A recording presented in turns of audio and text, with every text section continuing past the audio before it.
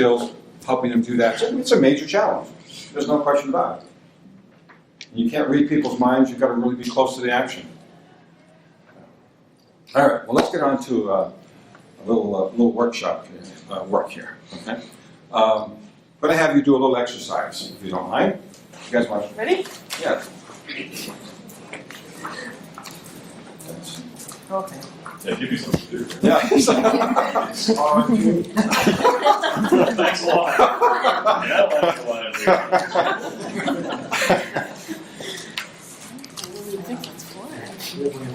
She just had this. Okay.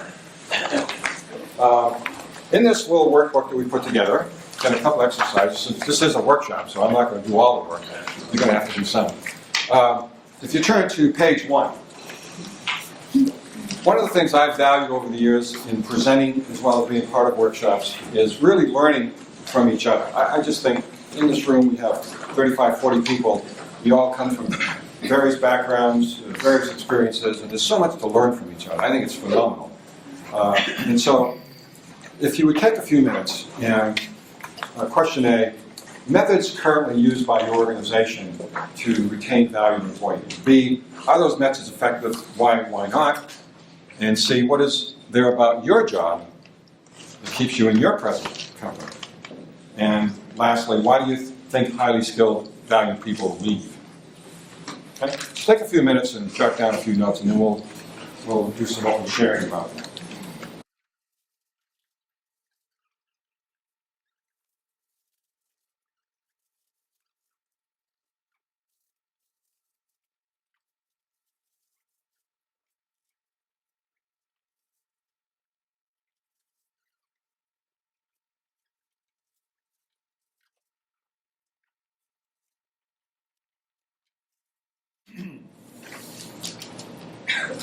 How about some of you sharing with all of us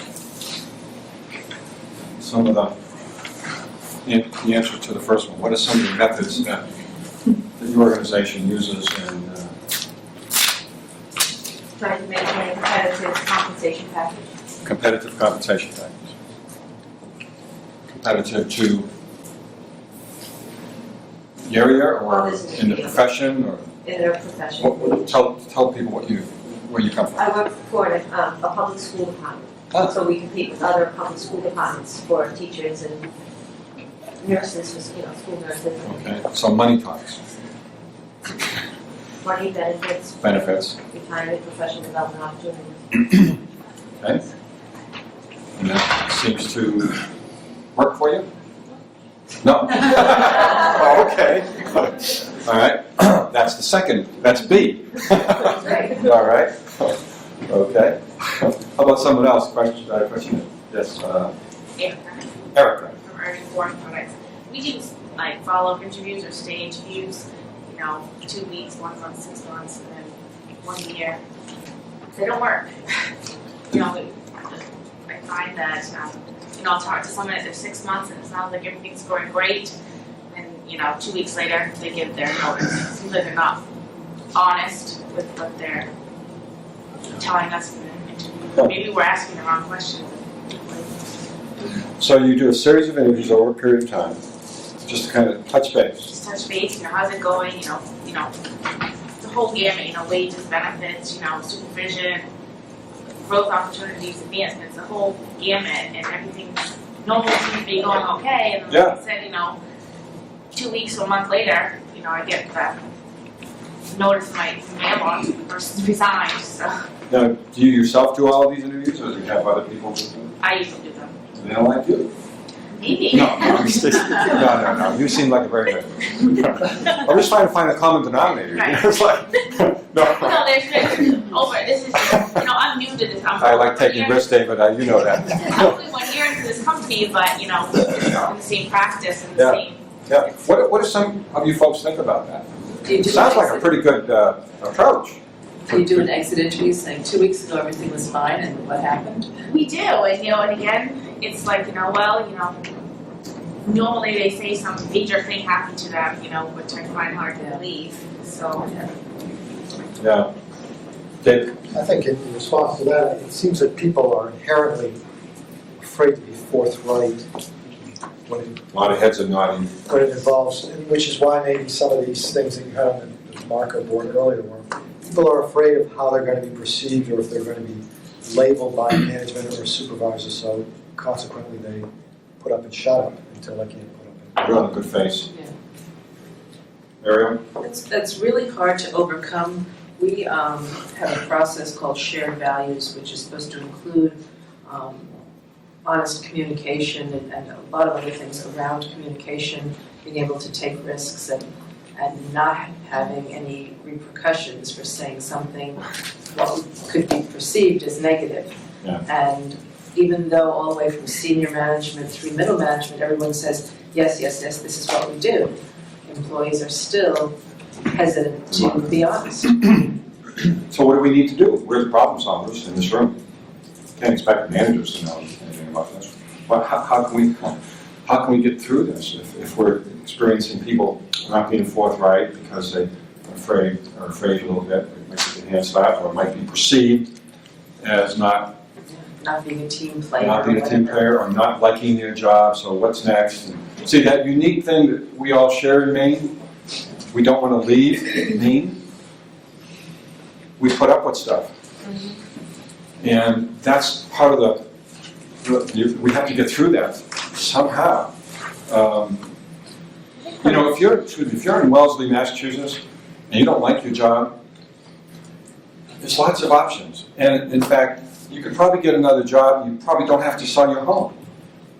But in Maine, it's tough. It's tough. I have clients that travel.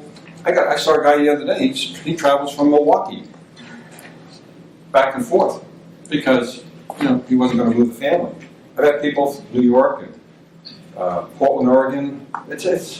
We so badly want to stay here that we're willing to do anything. And that means putting up with a job that isn't interesting or exciting or that we're not passionate about. Now, I don't know about you folks, but where I really get concerned about this is when I'm being operated on by a surgeon. Or I get in the plane and I see this pilot. And I wonder, I look in their eyes, is anybody home? It's a very serious problem. It doesn't affect me a whole lot when the toll taker has a bad hair day and I'm going nuts. It's not a big deal, okay?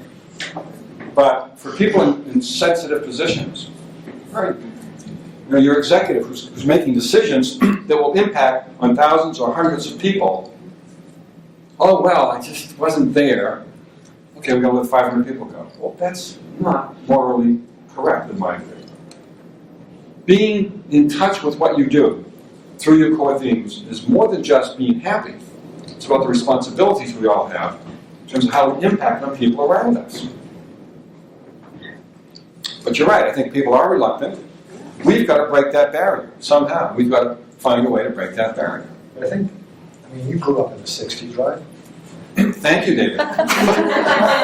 There was a decade before that, I think, the 50s. I mean, it's, you know, saying I'd rather be part of the solution than part of the problem. And I think at the end of the day, HR is always administration, and administration is the police, basically, and the enforcer, the man, if you will. Mm. And I think it's getting beyond that. It's not.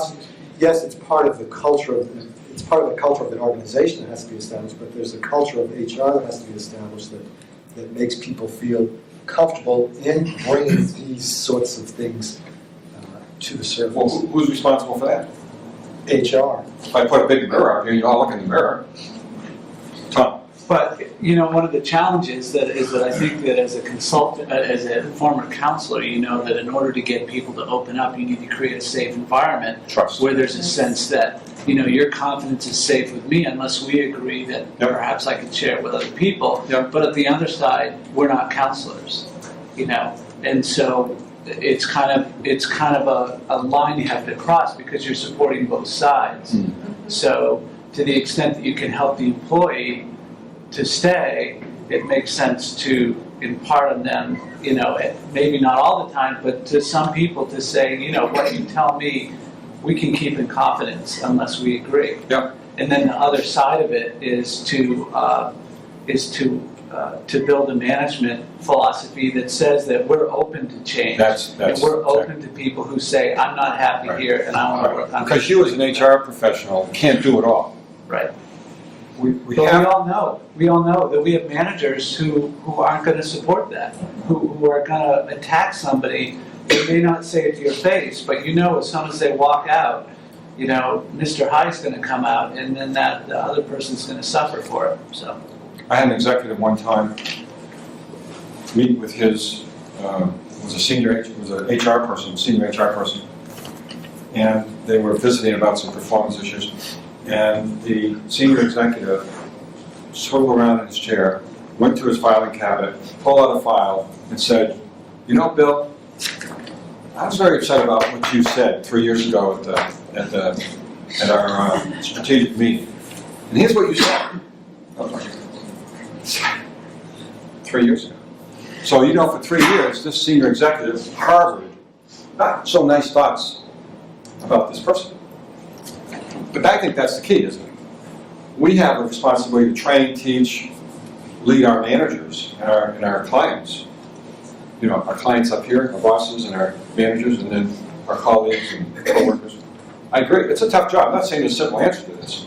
And part of it is the magic that we have to do is to know the people, the managers we can go directly to and say, Bill's not happy, Right. or the ones that we have to kind of work around it. And not directly use Bill, but use it as a general idea and say, you know, I'm hearing some things that are going on and can we work on that? Yep. Yep. Because you see, I think sometimes we are too quick. Ernie, validate this or not for me. If you don't validate, then be quiet. But if you agree, please speak up. But I think we're too quick as HR professionals and consultants to take the problem and make it ours. And not say to the manager, wait a minute, how did this occur? How did this lack of trust occur? Take some responsibility for them and try to get them to take more ownership. And therefore, they are part of the process of the solution, not just you, because they've dumped it on you. I think it's really important. We have to continue to try to train our bosses, our managers, how to be better people.